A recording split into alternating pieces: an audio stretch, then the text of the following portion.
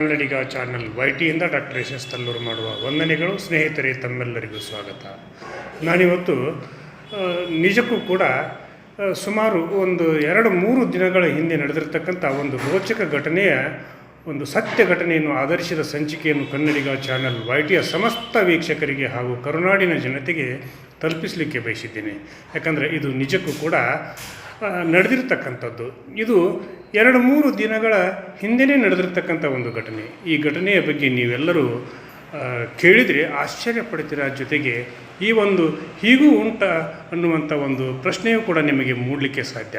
ಹೀಗಿರುವಾಗ ಈ ಘಟನೆ ಏನು, ಈ ಘಟನೆಯಿಂದ ಆಗಿರ್ತಕ್ಕಂಥ ಪರಿಣಾಮವೇನು, ಹಾಗೂ ಈ ಘಟನೆಯಲ್ಲಿ ಸಾಕಷ್ಟು ಸಂಪಾದನೆ ಮಾಡಿರ್ತಕ್ಕಂಥ ವ್ಯಕ್ತಿಯ ಒಂದು ಮುಂದೆ ಅವನಿಗೆ ಏನು ಆಯಿತು ಅನ್ನುವಂಥ ಒಂದು ಮಾತನ್ನು ಕೂಡ ಈ ಸಂದರ್ಭದಲ್ಲಿ ಕನ್ನಡಿಗ ಚಾನಲ್ ವೈಟಿಯ ಎಲ್ಲ ವೀಕ್ಷಕರು ನೋಡಿ. ಯಾಕಂದ್ರೆ ನಿಜಕ್ಕೂ ಕೂಡ ಇದು ಬ್ರೆಜಿಲ್ನಲ್ಲಿ ಸುಮಾರು 2-3 ದಿನಗಳ ಹಿಂದೆ ಮೂರೇ ದಿನಗಳ ಹಿಂದೆ ನಡೆದಿರ್ತಕ್ಕಂಥ ಘಟನೆ. ಯಾಕಂದರೆ ಅಲ್ಲಿ ಇರ್ತಕ್ಕಂಥ ಒಬ್ಬ ರೈತ ಅವನಿಗೆ ಏನೇನೋ ಒಂದು ಚಟಗಳು ಇದ್ದು. ಚಟ ಅಂತಂದ್ರೇನು, ಜೂಜಾಡೋದು ಹಾಗೂ ಲಾಟ್ರಿ ಟಿಕೆಟ್ ತೆಗೆದುಕೊಳ್ಳೋದು ಹಾಗೂ ಇನ್ನೂ ಏನೇನೋ ಇರ್ತಾವೆ. ಯಾಕಂದರೆ ಮನುಷ್ಯನಿಗೆ ಹಲವಾರು ಚಟಗಳು ಇರ್ತವೆ ಅನ್ನೋದಕ್ಕೆ ಪ್ರತಿಯೊಬ್ಬರಿಗೂ ಕೂಡ ಒಂದು ಚಟ ಇರ್ತೈತಿ. ಅವರಿಗೂ ಕೂಡ ಆ ಚಟಗಳನ್ನು ಯಾವುದೇ ರೀತಿಯಿಂದಲಾದರೂ ಕೂಡ ಪೂರೈಸಿಕೊಂಡ್ರೆ ಮನುಷ್ಯನಿಗೆ ನೆಮ್ಮದಿ ಸಿಗತೈತಿ ಅನ್ನುವಂಥ ಭಾವನೆಯಲ್ಲಿ ಇರುತ್ತಾರೆ. ಆದರೆ ಚಟಗಳು ಮನುಷ್ಯನ ಜೀವನವನ್ನೇ ಯಾವ ರೀತಿ ಸರ್ವನಾಶ ಮಾಡ್ತೈತಿ ಅನ್ನೋದಕ್ಕೆ ಈ ಘಟನೆಯೇ ಸಾಕ್ಷಿ. ಏನೋ ನಮಗೆ ದೇವರು ಕೊಟ್ಟಿರ್ತಕ್ಕಂಥ ಉದ್ಯೋಗಗಳನ್ನು ಸರಿಯಾದ ರೀತಿಯಿಂದ ಹಾಗೂ ಮನಪೂರ್ವಕವಾಗಿ ಮನಸ್ಸಿನಿಂದ ನಾವು ಮಾಡಿದರೆ ಆ ಒಂದು ಉದ್ಯೋಗಗಳಲ್ಲಿ ನಮಗೆ ದೇವರು ಏನಾದರೂ ಒಂದು ಒಳ್ಳೆಯ ಭವಿಷ್ಯವನ್ನು ಕಲ್ಪಿಸಿಕೊಡ್ತಾನೆ ಅನ್ನೋದಕ್ಕೆ ಹಲವಾರು ನಿದರ್ಶನಗಳು ನಮ್ಮ ನಡುವೆ ಸಾಕ್ಷಿಯಾಗಿ ಇರುವಾಗ, ಇರಲಿ, ಶ್ರೀಮಂತರಾಗೋದೇನು ತಪ್ಪಲ್ಲ. ಆದರೆ ಆ ಶ್ರೀಮಂತಿಕೆಯನ್ನು ಅನುಭವಿಸುವಂಥ ಒಂದು ತಾಳ್ಮೆ ಹಾಗೂ ಗಟ್ಟಿ ಗುಂಡಿಗೆ ನಮ್ಮಲ್ಲಿ ಇರಬೇಕು. ಹೀಗಿರುವಾಗ ಮಾತ್ರ ಆ ಒಂದು ಸಂತೋಷದ ಕ್ಷಣಗಳನ್ನು ನಾವು ನಮ್ಮ ಕುಟುಂಬದ ಜೊತೆಗೆ ಹಾಗೂ ನಮ್ಮ ನೆರೆಹೊರೆಯವರ ಜೊತೆಗೆ, ಬಂಧುಗಳ ಜೊತೆಗೆ, ಎಲ್ಲರ ಜೊತೆಗೂ ಸುಂದರವಾದ ಕನಸುಗಳೊಂದಿಗೆ ಸುಂದರವಾದ ಜೀವನವನ್ನು ಕಟ್ಟಿಕೊಳ್ಳಲಿಕ್ಕೆ ಸಾಧ್ಯ ಅನ್ನುವಂಥ ಒಂದು ವಸ್ತುಸ್ಥಿತಿ ಪ್ರತಿಯೊಬ್ಬರಲ್ಲಿಯೂ ಕೂಡ ಇದ್ದರೆ, ಆ ಒಂದು ಮನಸ್ಥಿತಿಯಲ್ಲಿ ಎಲ್ಲರೂ ಕೂಡ ಇದ್ದರೆ ಅವರ ಬಾಳು ಹಸನಾಗುವುದರಲ್ಲಿ ಸಂದೇಹವಿಲ್ಲ.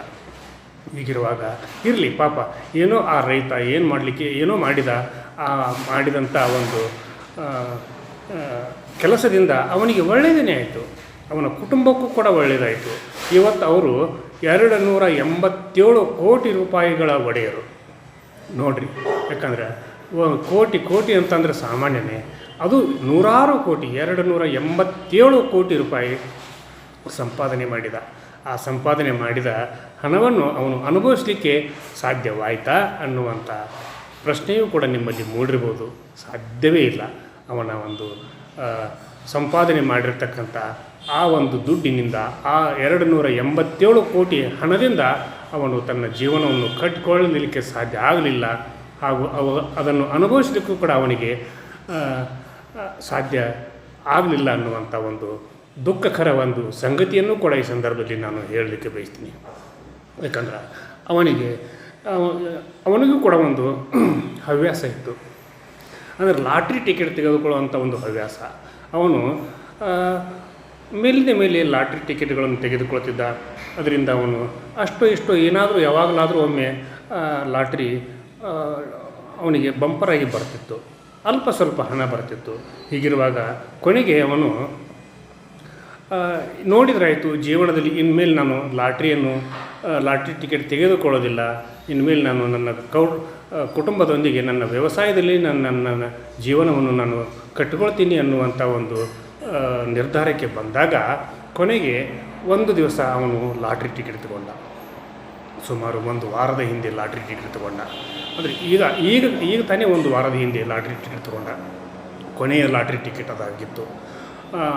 ಆಮೇಲೆ ಅವನಿಗೆ ಒಂದು ಫೋನ್ ಮುಖಾಂತರ ಸುದ್ದಿ ಬಂತು, ಇಲ್ಲ ನೀವು ಈ ಲಾಟ್ರಿ ಟಿಕೆಟ್ ತೆಗೆದುಕೊಂಡಿರಲ್ಲ, ನಿಮಗೆ 287 ಕೋಟಿ ರೂಪಾಯಿ ಬಹುಮಾನ ಬಂದಿದೆ ಅನ್ನುವಂಥ ಸುದ್ದಿಯನ್ನು ಕೂಡ ಕೇಳಿದ. ಕೇಳಿದಾಗ ಇಡೀ ಅವನ ಕುಟುಂಬ ಪರಿವಾರದವರು ಸಂತಸದಿಂದ ಕುಣಿದು ಕುಪ್ಪಳಿಸಿದರು ಅನ್ನುವಂಥ ಮಾತನ್ನು ಕೂಡ ಈಗ ನಾನು ಹೇಳಲಿಕ್ಕೆ ಬಯಸಿದ್ದೇನೆ. ಆಯಿತು, ನಾವು ನಮ್ಮ ಜೀವನವನ್ನು ರೈತಾಪಿ ಜೀವನವನ್ನು ಇಲ್ಲಿವರೆಗೆ ನಡೆಸಿದ್ದೀವಿ. ಇನ್ನು ಮುಂದಾದರೂ ಕೂಡ ನಾವು ಸುಂದರವಾದ ಬಾಳನ್ನು ಕಟ್ಕೊಳ್ಬೋದು, ಮಕ್ಕಳನ್ನು ಚೆನ್ನಾಗಿ ಓದಿಸ್ಬೋದು, ನಮ್ಮ ಸುಂದರವಾದ ಒಂದು ಭವಿಷ್ಯವನ್ನು ರೂಪಿಸಿಕೊಳ್ಬಹುದು ಅನ್ನುವಂಥ ಒಂದು ಆಲೋಚನೆಯಲ್ಲಿ ಎಲ್ಲರೂ ಕೂಡ ಇದ್ದಾಗ ಆ ರೈತನಿಗೆ ಆ್ಯಂಟನಿಯೋ, ಅವನ ಹೆಸರು ಆ್ಯಂಟನಿಯೋ ರೈತನಿಗೆ ಹಲ್ಲು ನೋವು ಬಂತು. ಹಲ್ಲು ನೋವು ಬಂದು ಬರೋಣ ಅವನು ಆಸ್ಪತ್ರೆಗೆ ಹೋದ, ಡೆಂಟಲ್ ಆಸ್ಪತ್ರೆಗೆ ಹೋದ. ಅಲ್ಲಿ ತೋರಿಸಿದಾಗ ಅವರ ಒಂದು ಟ್ರೀಟ್ಮೆಂಟು ಕೂಡ ನಡೀತಿರ್ತಕ್ಕಂಥ ಸಮಯದಲ್ಲಿ ಅವನಿಗೆ ಅಚಾನಕ್ಕಾಗಿ ಹಾರ್ಟ್ ಅಟ್ಯಾಕ್ ಆಯಿತು.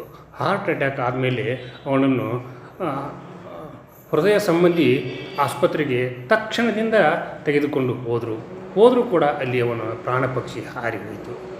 ಪಾಪ ನೋಡಿ, ಎಷ್ಟೊಂದು ಸಂತೋಷಪಟ್ಟಿದ್ದ, ಎಷ್ಟೊಂದು ಸಂಭ್ರಮಪಟ್ಟಿದ್ದ. ಅವನ ಖಾತೆಗೆ 287 ಕೋಟಿ ರೂಪಾಯಿ ಬಂದು ಇನ್ನೂ ಒಂದು ದಿವಸ ಆಗಿದ್ದಿಲ್ಲ, ಅವನ ಪ್ರಾಣ ಪಕ್ಷಿ ಹಾರಿ ಹೋಯಿತು. ಇದೇ ಅಲ್ಲವೇ ವಿಧಿ ಲಿಖಿತ ಅನ್ನೋದು. ಇಂಥ ಹಲವಾರು ಪ್ರಸಂಗಗಳು ನಿಮ್ಮ ನಡುವೆ ಇರ್ತವೆ. ಆದರೂ ಕೂಡ ಅವುಗಳನ್ನು ನಾವು ಧೈರ್ಯದಿಂದ ಗಟ್ಟಿ ಗುಂಡಿಗೆಯಿಂದ ಎದುರಿಸುವಂಥ ಸಾಮರ್ಥ್ಯವನ್ನು ಬೆಳೆಸ್ಕೊಳ್ಬೇಕು, ಆತ್ಮಸ್ಥೈರ್ಯವನ್ನು ಬೆಳೆಸ್ಕೊಳ್ಬೇಕು. ಯಾಕಂದ್ರೆ ಹವ್ಯಾಸಗಳು ಪ್ರತಿಯೊಬ್ಬ ಮನಸ್ಸಿನಲ್ಲಿಯೂ ಇರ್ತವೆ.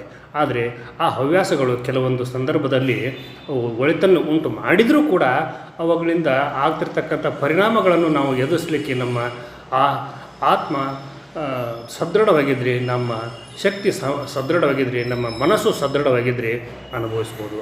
ಆದರೆ ಆ ರೈತನಿಗೆ, ಆ್ಯಂಟೋನಿಯೋಗೆ ಅದು ಸಾಧ್ಯವಾಗಲಿಲ್ಲ. ಹೀಗಿರುವಾಗ ಅವನು ತನ್ನ ಕುಟುಂಬವನ್ನು ತೊರೆದು ಹೋದ. ಆಮೇಲೆ ಅವನಿಗೆ ಬಂದಂಥ 287 ಕೋಟಿ ರೂಪಾಯಿಗಳನ್ನು ಕೂಡ ಅವನು ಅನುಭವಿಸಲಿಲ್ಲ. ಮಕ್ಕಳ ಜೊತೆಗೆ ಸುಂದರವಾದ ಕನಸುಗಳನ್ನು ಹಂಚಿಕೊಳ್ಳಲಿಲ್ಲ. ಪತ್ನಿಯ ಜೊತೆಗೂ ಕೂಡ ಅವನು ಒಳ್ಳೆಯ ಬಾಳನ್ನು ಮಾಡಲಿಕ್ಕೆ ಸಾಧ್ಯ ಆಗಲಿಲ್ಲ ಅನ್ನುವಂಥ ಒಂದು ಘಟನೆ ನಿಜಕ್ಕೂ ಕೂಡ ಮನಸ್ಸನ್ನು ಕಲಕುವ ಘಟನೆ ಅಂತ ನಾನು ಈ ಸಂದರ್ಭದಲ್ಲಿ ಹೇಳಲಿಕ್ಕೆ ಬಯಸ್ತೀನಿ.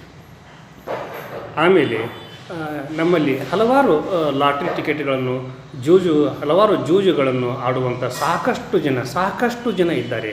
ಅವರೆಲ್ಲರಿಗೂ ಕೂಡ ನಾನು ವಿನಂತಿ ಮಾಡ್ಕೊಳ್ತೀನಿ ಅಂದರೆ, ನಿಮ್ಮ ಉದ್ಯೋಗಗಳು ಯಾವ ಉದ್ಯೋಗಗಳು ಮಾಡ್ತಿರ್ತೀರೋ ಆ ಉದ್ಯೋಗಗಳಲ್ಲೇ ನೀವು ನಿಮ್ಮ ಒಂದು ಸಾರ್ಥಕತೆಯನ್ನು ಕಂಡುಕೊಳ್ರಿ. ಹೆಚ್ಚಿನ ಒಂದು ದುರಾಶೆಗೆ ಬೀಳಬೇಡ್ರಿ. ಹೆಚ್ಚಿನ ದುರಾಶೆಗೆ ಬಿದ್ದರೆ ಸಾಕಷ್ಟು ನಿಮಗೆ ದುಡ್ಡು ಸಿಗಬಹುದು, ಆದರೆ ಅನುಭವಿಸುವಂಥ ಒಂದು ಸಾಮರ್ಥ್ಯ ನಿಮ್ಮಲ್ಲಿ ಇದೆಯೇ ಅನ್ನುವಂಥ ಒಂದು ಪ್ರಶ್ನೆಯನ್ನು ಕೂಡ ನೀವು ನಿಮ್ಮಲ್ಲಿ ಹಾಕಿಕೊಳ್ಳಿ. ಆವಾಗ ಮಾತ್ರ ನಿಮ್ಮ ಜೀವನ ಪಾವನ ಆಗುವುದರಲ್ಲಿ ಸಂದೇಹವಿಲ್ಲ. ನಿಮ್ಮ ಜೊತೆಗೆ ನಿಮ್ಮ ಪರಿವಾರ, ನಿಮ್ಮ ಕುಟುಂಬದ ಸದಸ್ಯರು, ಮಕ್ಕಳು, ಪತ್ನಿ, ತಂದೆ ತಾಯಿಗಳು, ಸಹೋದರ ಸಹೋದರಿಯರು, ಅಣ್ಣ ತಮ್ಮಂದಿರರು ಎಲ್ಲರೂ ಕೂಡ ನೆಮ್ಮದಿಯಿಂದ ಜೀವನವನ್ನು ಮಾಡಬೇಕಾಗಿರ್ತಕ್ಕಂಥ ಪರಿಸ್ಥಿತಿಯಲ್ಲಿ ಪಾಪ ಆ ರೈತನಿಗೆ, ಆ್ಯಂಟೋನಿಗೆ ಆಗಿರ್ತಕ್ಕಂಥ ಈ ಒಂದು ದುರ್ಘಟನೆ ನಿಜಕ್ಕೂ ಕೂಡ ಮನ ಕಲಕುವ ದುರ್ಘಟನೆ ಅಂತೀನಿ ನಾನು ಈ ಸಂದರ್ಭದಲ್ಲಿ ಹೇಳಲಿಕ್ಕೆ ಬಯಸಿದ್ದೇನೆ. ಸ್ನೇಹಿತರೆ, ಎಲ್ಲರಿಗೂ ಆಸೆಗಳು ಇರ್ತವೆ. ಆ ಆಸೆಗಳನ್ನು ನಾವು ನಮ್ಮ ಹಾಸಿಗೆ ಇದ್ದಷ್ಟೇ ಕಾಲು ಚಾಚಬೇಕು ಅನ್ನುವಂಥ ಹಿರಿಯರ ನಾಣ್ಣುಡಿಯನ್ನು ನಮ್ಮ ಜೀವನದಲ್ಲಿ ನಾವು ಅಳವಡಿಸಿಕೊಂಡ್ರೆ ಆ ಒಂದು ಜೀವನ ಸಂತಸದಾಯಕವಾಗಿರ್ತೈತಿ ಅನ್ನುವಂಥ ಮಾತನ್ನು ಈ ಸಂದರ್ಭದಲ್ಲಿ ನಾನು ಹೇಳ್ತಾ ಇವತ್ತಿನ ಸಂಚಿಕೆಯನ್ನು ಇಲ್ಲಿಗೆ ಮುಗಿಸುವುದಕ್ಕಿಂತ ಪೂರ್ವದಲ್ಲಿ ಕನ್ನಡಿಗ ಚಾನಲ್ YT ಇದು ನಿಮ್ಮೆಲ್ಲರ ಚಾನಲ್ಲು. ಸತ್ಯ ಘಟನೆಗಳನ್ನು ಆಧರಿಸಿದ ಸಂಚಿಕೆಗಳನ್ನು ಬೆತ್ತರಿಸಿರ್ತಕ್ಕಂಥ ಕನ್ನಡದ ಏಕೈಕ ಚಾನಲ್ ಕನ್ನಡಿಗ ಚಾನಲ್ YT. ಈ ನಿಮ್ಮ ಚಾನಲಿಗೆ ಇಲ್ಲಿಯವರೆಗೆ ಯಾರು ಸಬ್ಸ್ಕ್ರೈಬ್ ಮಾಡಿಲ್ವೋ ಪ್ರತಿಯೊಬ್ಬರು ಕೂಡ ಸಬ್ಸ್ಕ್ರೈಬ್ ಮಾಡಿರಿ. ಆಮೇಲೆ ಕಮೆಂಟನ್ನು ಕೂಡ ಮಾಡಿರಿ. ಈ ಸಂಚಿಕೆಯನ್ನು ಪ್ರತಿಯೊಬ್ಬರಿಗೂ ಕೂಡ ತಲುಪಿಸುವಂಥ ಕಾರ್ಯವನ್ನು ನೀವು ಮಾಡ್ತೀರಾ ಅನ್ನುವಂಥ ಒಂದು ಆಶಯದೊಂದಿಗೆ ಇವತ್ತಿನ ಸಂಚಿಕೆಯನ್ನು ಇಲ್ಲಿಗೆ ಮುಗಿಸಿ ನಾಳಿನ ಸಂಚಿಕೆಯೊಂದಿಗೆ ತಮ್ಮ ಜೊತೆಗೆ ಹಾಜರಾಗ್ತೀನಿ. ಅಲ್ಲಿವರೆಗೂ ನನ್ನ ನಮಸ್ಕಾರ.